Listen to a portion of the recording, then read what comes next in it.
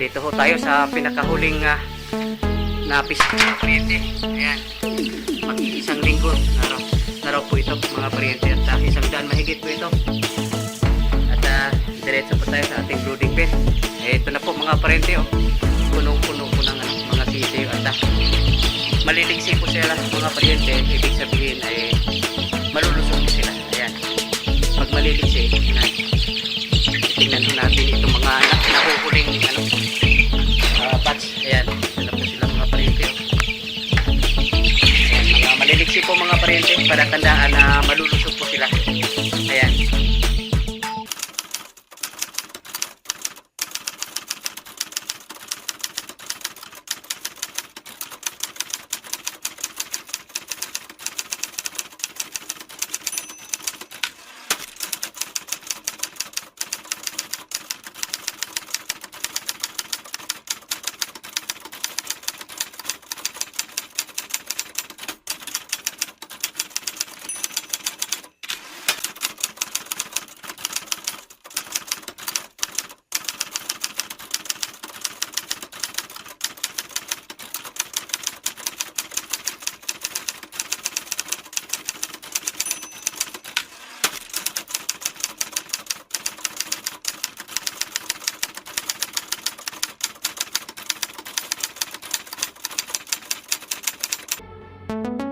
Ayan mga paryente, update po tayo.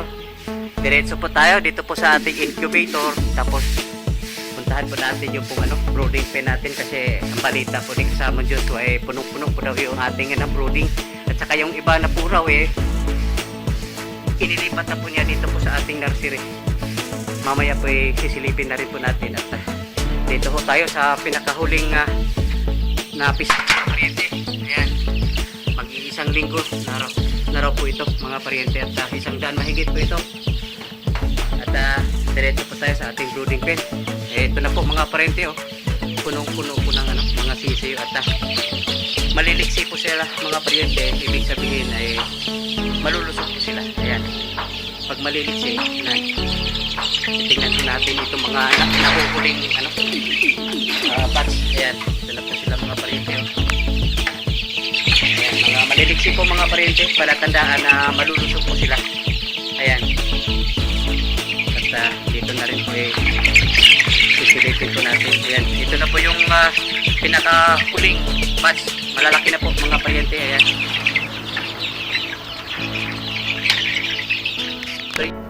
ayan mga paryente, isang magandang umaga. Update po tayo. At ito po yung tumambad po sa akin po mga paryente. Pagdating ko po kanina, dito pa lang po kitang kita.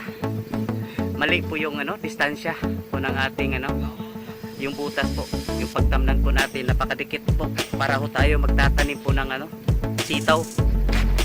At pag itutuloy po natin ito, pagdating po ng araw mamumroblema po tayo. Yung itatanim po natin ito mga paryente, talong. Yung talong pa naman pang matagalan. Yung first cropping po nga natin yung ating talong, malapit na po isang taon yun. Kaya kailangan po ito papalitan, kasi pangit din po mga paryente kung sakasakaling i-alternate po natin. Dito magtatanim po tayo, ito bakante, sobrang layo din mga paryente, tapos ang pagit tignan. Hindi ko lang alam, kasi si kasamang Denver nagsample po rito itong pinakaunang flat. Ito yung tamang po distansya mga paryente, oh. Ayan, ito po yung tama. Ewan ko lang kung bakit pagdating po rito, dikit-dikit, masyadong dikit po mga paryente. Kaya papalitan po natin ito ng plastic mask. At ito pa naman po yung pang-ipit po niya sa gilid. Kung buo pa po ito mga paryente, pwede pa po ito gagamitin. Kaya sandali lang naman ito mga paryente, kasi mahirap na pag itutuloy po natin ito, pagdating ng araw po mamumroblema po tayo. Ayan, ayan mga paryente, update po tayo. Mayroon po kasi tayong pinalitan na plastic mask, itong dalawang kama po rito, kasi napakalapit lang po yung yung pagitan po ng bawat butas mga paryente. Mahirap na pagdating ng araw tayo po'y mamumroblema, kasi para po siyang masasakal sobrang lapit po mga parente, at ito naman po itatanim po natin dito, talong. Pangmatagalan po yun mga parente, kaya sa ngayon pa lang itinutuwid na po natin yung konting pagkakamali mga parente. At ngayon din mga parente, ayan, ito kasi padaluin na po ito ng kumbaga napunduhan na po ito ng tubig lagun mga parente. At ito na lang, itong mga natitirang tudling po rito, yan, pinapadaluyan po natin, pinapunduhan po natin ng tubig lagun mga parente, para mayroon po tayong kumbaga mabigyan na po natin siya ng yung abono kumbaga, at saka hindi po siya may stress kasi basa-basa pa po yung yung lupa. At kailangan po mga parente ngayong araw po may lipat tanim na po yung ating mga pula puron, kasi matatanda na po yung ating pula mga parente. Kumbaga kung sa manok pa mga parente, ang haba na po ng tahid. Ayan, kaya ngayong araw kinakailangan na makapaglipat tanim na po tayo, kahit hindi pa po matapos-tapos lahat po ito mga parente. Mayroon pa sigurong po dyan mga pilaka kama po kana sobrabet napay duha tulopat. Mayroon pa pong natira po roon mga parente, pero yun na lang pong yung dapat ilipat, yun lang ilipat. Hindi naman magkakapareho po yung tubo po ng ating pula mga parente. Mayroon naman po yung mga maliliit pa, kaya pwede na po yung doon natin ilagay po yung mga nahuli doon po sa ating mga pula. Ayan, ayan, silipin na rin po natin. Ito po ating ampalaya, kung tatagal pa po ba ito, kasi yung pinagyayabang po mga parente na pilitin ho nating aabot po tayo ng 30 pitasan. Yan, sisilipin po natin. Ngayong araw po pang 22 pitasan po ngayon. At titignan po natin kung dito sa itaas mayroon pa po tayong mga sumusunod na mapipitas. May mga bunga pa rin po siya mga parente, pero madalang na lang, at saka hindi po kalakihan. Pero marami pa pong may nakikita pa po tayong mga maliliit at saka mga bulaklak. At sa tingin ko po aabot po tayo na mga 20 size pitasan po. Ayan. Sa bagay yung tinatarget po natin 20 pitasan, nakamit na po natin mga parente. At ang lalaki po ng puno mga parente, ayan, ang lalaki po ng puno, kaya tumatagal po siya. Kaso nga lang marami pong ito, hindi ko yata na yung pag-i-spray parang pinadaga na mga parente. Ayan, pero marami pa po tayong mapipitas, hindi nga lang kalakihan, at saka hindi na rin katulad po ng bata-bata pa po sila na makikitab, pero mayroon pa pong mga pailan-ilan na magaganda mga parente. Ayan,